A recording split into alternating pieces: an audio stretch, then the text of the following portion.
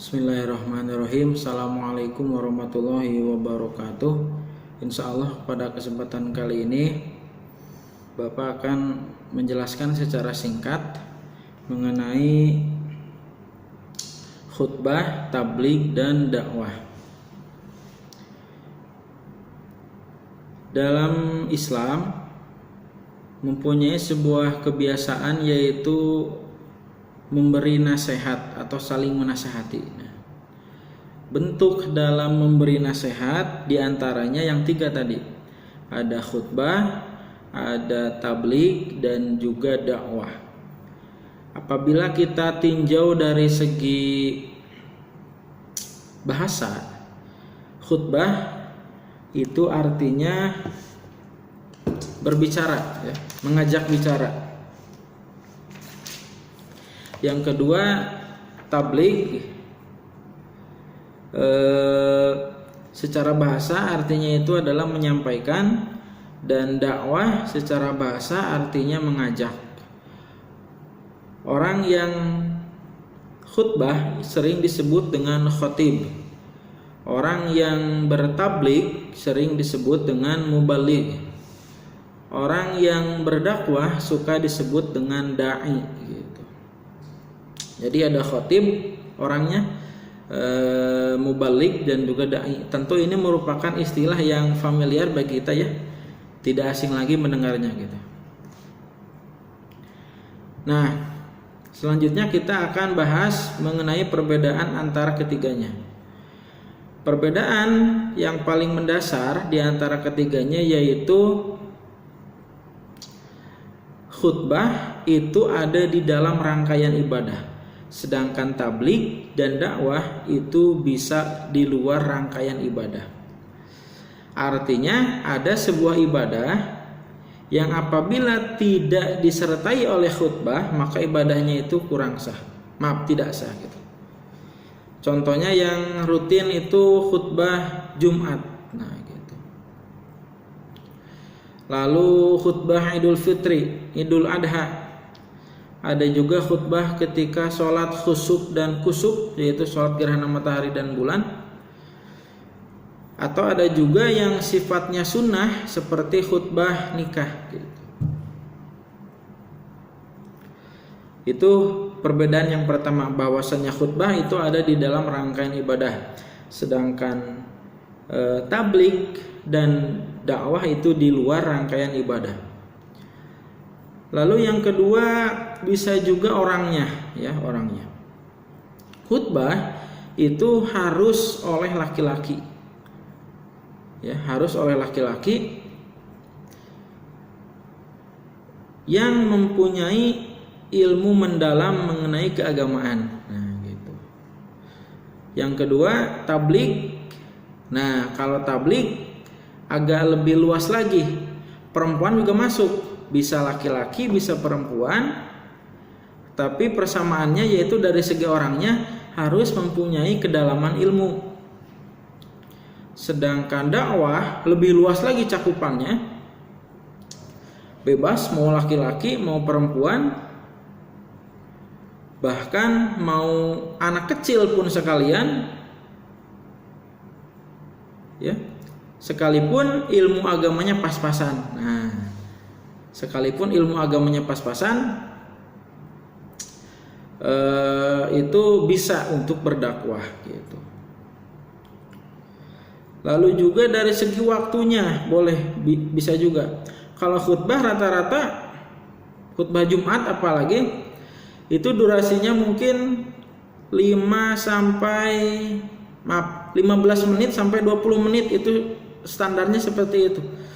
Kalau lebih dari 30 menit jemaah udah pada berisik loh.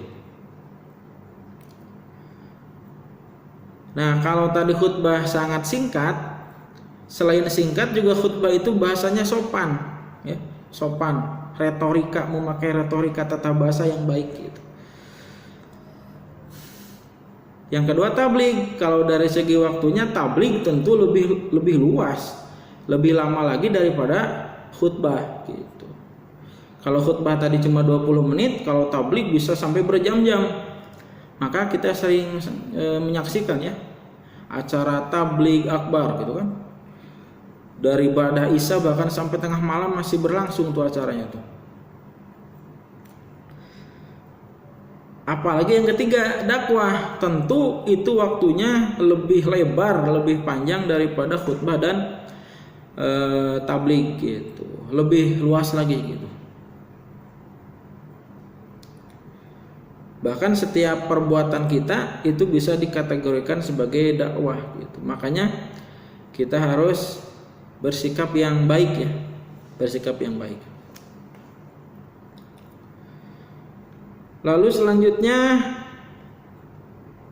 tadi sudah, kalau di khutbah singkat, bahasanya sopan.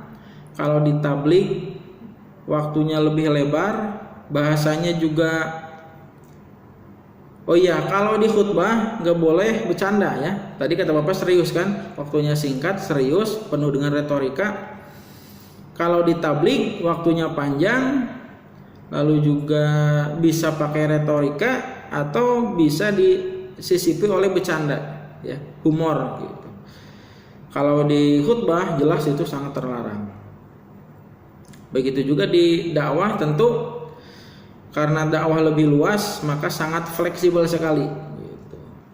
Bahkan kalau tadi khutbah dengan tabligh itu masih sebatas verbal itu perkataan ya, lisan. Kalau dakwah cakupannya lebih luas lagi, yaitu termasuk dengan sikap kita, perilaku kita gitu. Makanya dakwah ada dua macam.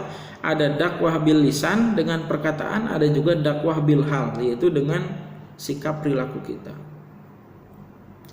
Jadi dakwah bukan hanya verbal tapi juga masuk non verbal, masuk juga itu. Lalu bisa juga dari segi sasarannya, objeknya. Tentu kalau khutbah itu objeknya itu adalah laki-laki muslim yang dewasa ya, yang sudah diwajibkan, yang sudah terkena kewajiban sholat, itu wajib sholat Jumat. Kalau khutbah objeknya atau sasarannya bisa laki-laki atau bisa perempuan ya, bebas. Mau anak kecil juga bisa. Jadi kalau khutbah tadi hanya laki-laki dewasa yang muslim ya. Kalau tabligh laki-laki bisa perempuan, bisa anak kecil, bisa orang tua, yang penting masih muslim. Nah kalau dakwah sasarannya lebih luas lagi, bukan hanya sesama muslim tapi juga non muslim juga kena sasarannya gitu.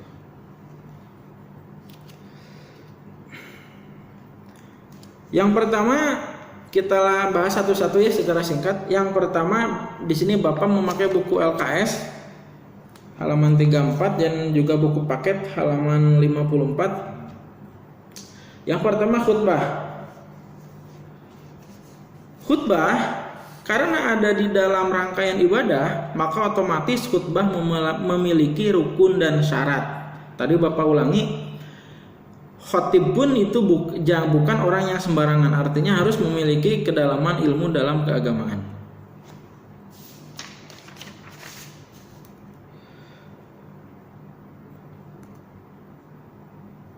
Di sini ada syarat ya. Namun Bapak akan menjelaskan mengenai rukunnya saja ya, rukun menjadi khatib. Yang pertama membaca hamdalah, yang kedua membaca syahadat, yang ketiga membaca sholawat, yang keempat berwasiat takwa, yang kelima membaca ayat suci Al-Quran, dan yang keenam membaca doa pada khutbah yang kedua. Jadi khutbah ada dua kali ya. Yang memisahkan antara dua khutbah yaitu duduk. Jadi kalau Bapak kasih contoh seperti ini, misalkan Assalamualaikum warahmatullahi wabarakatuh, khatib naik ya, Assalamualaikum warahmatullahi wabarakatuh, lalu langsung adzan. Nah setelah adzan muadzin, lalu khatib langsung membaca hamdalah. Innal hamdalillah nahmaduhu wa nasta'inuhu wa nastaghfiruh wa na'udzu billahi min syururi anfusina wa min sayyiati a'malina man yahdihillahu fala mudhillalah wa man yudlilhu fala hadiyalah. Asyhadu an la ilaha illallah wa asyhadu anna Muhammadar Rasulullah. Allahumma shalli ala Muhammad wa ala ali Muhammad kama shallaita ala ali Ibrahim wa ala ali Ibrahim wa barik ala Muhammad wa ala azwajihi wa dzurriyyatihi kama barakta ala ali Ibrahim innaka Hamidum Majid. Yang keempat, wasiat usi nafsi wa yakum bitaqwallah faqad fazal muttaqun. Lalu yang kelima, membaca ayat Al-Qur'an. Bismillahirrahmanirrahim. Ya ayyuhalladzina amanu ittaqullaha haqqa tuqatih wa la tamutunna illa wa antum muslimun. Jadi sangat singkat sekali khutbah itu. 5 menit pun jadi khutbah Jumat tuh. Tapi kenapa di kita suka ada penjelasan memakai bahasa Indonesia atau memakai bahasa daerahnya masing-masing? Karena itu dalam rangka berwasiat takwa gitu. Lalu juga awas, ketika ini juga penting sih, ketika melaksanakan sholat Jumat, haram bagi yang wajib Jumat itu melaksanakan jual beli atau yang lain sebalik atau yang lainnya gitu. Yang wajib sholat Jumat kan laki-laki dewasa. Nah, jadi kalau perempuan mah nggak apa-apa. Ya ayyuhalladzina amanu ayat-ayat. Idza nudziya li sholati min yaumil jumu'ati fas'au ila dzikrillah. Kalau ada panggilan di hari Jumat, maka bersegeralah kamu mengingat Allah, wa dzarul bai', dan tinggalkanlah jual beli gitu. Kenapa di situ disebutkan jual beli? Gimana kalau dipakai buat sekolah, buat belajar? Apakah sama dilarang? Sama dilarang. Tapi kenapa ya di situ yang disebut itu jual beli? Karena memang kebiasaannya orang itu meninggalkan sholat karena masalah duit. Takut nanti ada yang beli dan lain sebagainya. Makanya bagi orang yang wajib Jumat, laki-laki dewasa haram melakukan transaksi jual beli, baik sebagai pembeli ataupun sebagai penjual.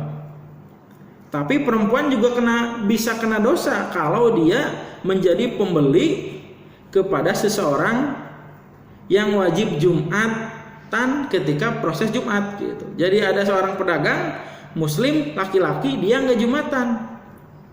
Kita contohnya sebagai perempuan beli, nah itu juga dilarang, dosa tuh. Dosa melakukan karena kita membeli dari orang yang tidak melaksanakan Jumat padahal dia kena wajib Jumat. Nah itu.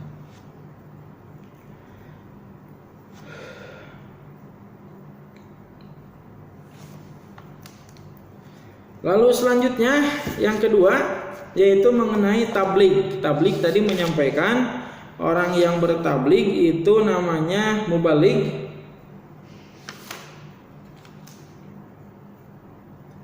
Ada sebuah hadis di sini yang sangat terkenal sekali. Man ra'a minkum munkaron falyughayyiru biyadihi fa in lam yastati fa bilisanihi fa in lam yastati fa biqalbihi wa dzalika adzaful iman. Man ra'a minkum munkaron, kalau kamu melihat kemunkaran maka rubahlah dengan tanganmu gitu.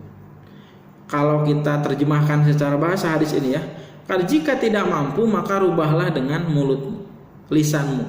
Apabila tidak mampu maka minimal hatimu itu ikut mengingkarinya, dan itulah iman yang paling lemah. Hadis ini jangan diartikan sangat radikal ya. Ada yang maksiat, katanya harus dirubah pakai tangan, bakar, bunuh, pukul gitu. Tentu tidak demikian. Maksud dari kalau kamu melihat kemaksiatan itu rubahlah dengan tangan adalah dengan kekuasaanmu gitu. Ada yang jadi pejabat, ada yang hanya jadi sebagai kepala rumah tangga gitu. Jadi misalkan di dekat sini ada yang mabok, tentu Bapak tidak mempunyai kewenangan kan? Nah, maka yang harus Bapak lakukan adalah melapor ke yang punya kewenangan. Siapa? Pihak kepolisian gitu. Nah, melapor ke pihak kepolisian itu merupakan tahap yang kedua. Kalau kamu nggak punya kekuasaan, maka pakai lisan, lapor, nasihati gitu. Kalau kamu juga nggak berani bersikap, nggak berani ngasih laporan, nggak berani nasehatin, maka yang ketiga minimal kamu mengingkari kemaksiatan tersebut gitu. Bukan malah setujunya gitu.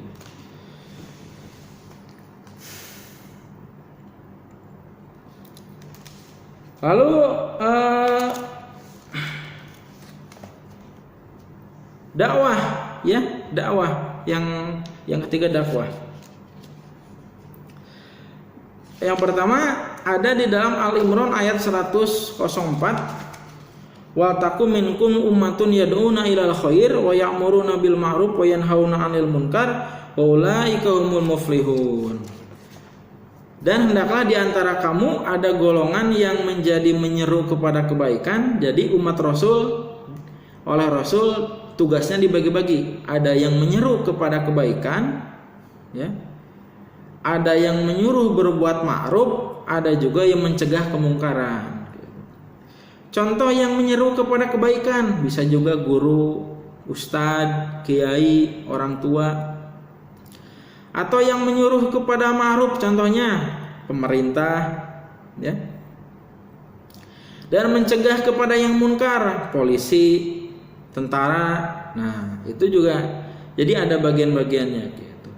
Dan mereka itulah orang yang beruntung gitu. Lalu di sini ada etika dalam berdakwah. Salah satu ayat yang sangat familiar juga yaitu An-Nahl ayat 125. Bismillahirrahmanirrahim. Ud'u, ayat ini menjelaskan mengenai tahapan-tahapan dalam berdakwah. Ud'u ila sabili rabbika bil hikmati wal mau'izati hasanah wajadilhum billati hiya ahsan. Inna rabbaka huwa a'lamu bima dhalla an sabilihi wa huwa a'lamu bil muhtadin. Ud'u, ajaklah. Siapa yang diajak, siapa aja bebas gitu. Karena di sini tidak disebutkan objeknya, atau kalau dalam bahasa Arab tidak disebutkan maf'ul bihnya. Ada sebuah kaidah, hadful ma'mul yufidul umum. Apabila objeknya itu dihilangkan, maka sasarannya itu menjadi luas. Ud'u, ajaklah. Ajak siapa? Ajak semuanya. Ajak kemana? Ila sabili rabbika, kepada jalan Tuhan. Ngajak yang benar. Bagaimana cara menuju jalan Allah? Bagaimana cara menuju kebaikan tersebut? Yang pertama, bil hikmati, dengan hikmah, atau bahasa kitanya dengan kebijaksanaan, dengan sikap yang bijaksana. Yang kedua, wal mau'izatil hasanah, dengan contoh yang baik. Jadi bukan hanya diberi pengertian secara lisan, tapi juga harus dibuktikan dengan sikap kita. Karena Allah sangat membenci kepada orang yang bisa hanya ngajak doang kepada orang lain, tapi dirinya tidak melakukan.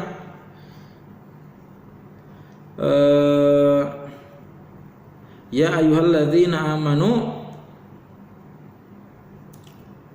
pokoknya ayatnya itu kabura maqtan indallahi an taquluna ma la taf'alun gitu. Kabura maqtan indallahi ma la ta'lamun. Mata malun gitu. Jadi Allah sangat membenci orang yang suka ngomong doang tapi tidak melakukannya gitu. Bisa juga bil hikmah di sini diartikan menjadi metode dakwah kepada anak kecil gimana bahasanya gitu. Kepada anak SMK gimana bahasanya gitu. Kepada mahasiswa gimana bahasanya gitu. Kepada orang yang sudah tua gimana bahasanya gitu. Jadi pintar membuat suatu strategi gitu. Gak mungkin Bapak ngajar anak SMK tapi menggunakan metode anak SMP atau SD gitu. Itu bil hikmah. Yang kedua, dengan mau'izah hasanah, dengan pengajaran yang baik, dengan edukasi yang baik, dikasih pengertian. Kalau masih bisa diberi pelajaran, maka jangan dikasih hukuman. Nah, kalau sudah dikasih pengertian, sudah dikasih contoh juga sudah, yang ketiga yang terakhir metodenya wajadilhum billati hiya ahsan. Wajadilhum secara bahasa artinya ngajak debat. Tapi maksudnya ngajak debat di sini adalah berdiskusi, ya, berdiskusi, bertukar pikiran. Kenapa kamu masih juga nggak berubah sih? Gitu. Dari kemarin susah ngirim tugas, gitu. Masalahnya apa? Kendalanya apa? Gitu. Jadi kita berusaha melihat sesuatu dari kacamata orang lain, bukan dari kacamata dari kita sendiri. Gitu. Jadi itu metode dalam berdakwah, bil hikmah, mau'izah hasanah, juga dengan wajadilhum billati hiya ahsan, dengan mengajak diskusi atau bertukar pikiran. Itu saja yang bisa Bapak sampaikan. Kalau ada pertanyaan nanti bisa isi di kolom komentar ya, di Edmodo. Terima kasih. Assalamualaikum warahmatullahi wabarakatuh.